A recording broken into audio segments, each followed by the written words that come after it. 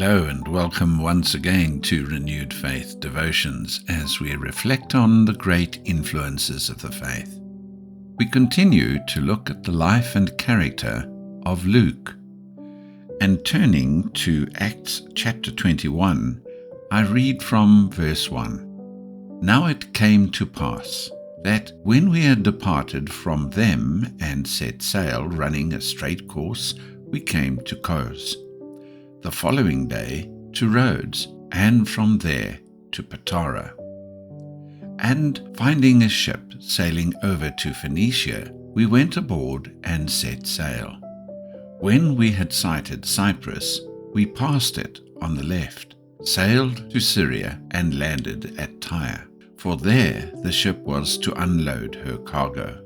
And finding disciples, we stayed there 7 days.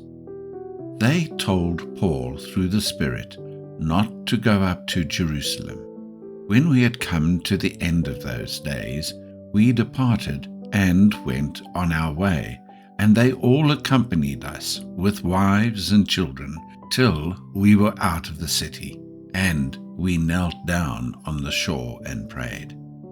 When we had taken our leave of one another, we boarded the ship, and they returned home. And when we had finished our voyage from Tyre, we came to Ptolemy, greeted the brethren, and stayed with them 1 day.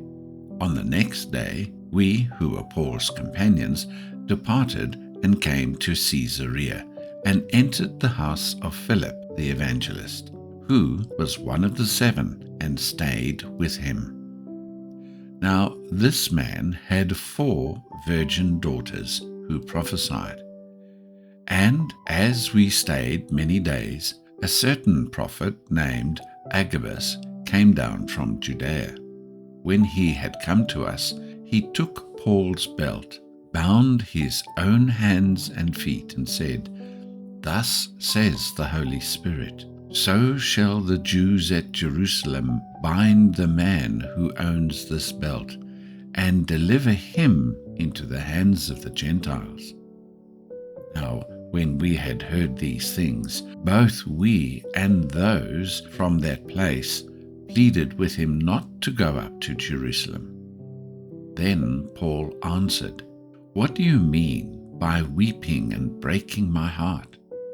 For I am ready not only to be bound, but also to die at Jerusalem for the name of the Lord Jesus." So, when he would not be persuaded, we ceased, saying, "The will of the Lord be done." And after those days we packed and went up to Jerusalem.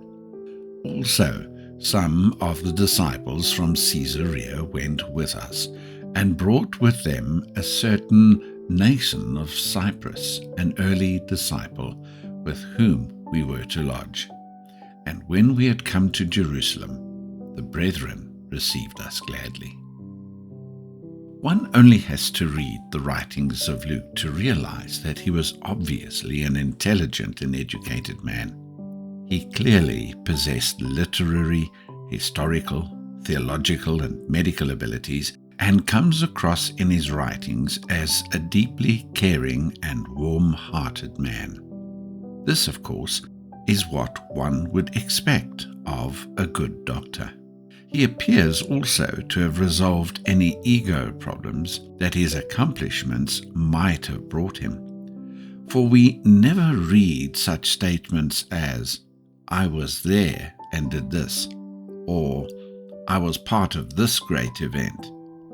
But he simply wrote, "We did," or "we saw."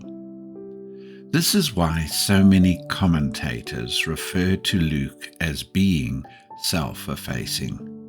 He had learned to put his ego in its proper place, and that is at the feet of Christ.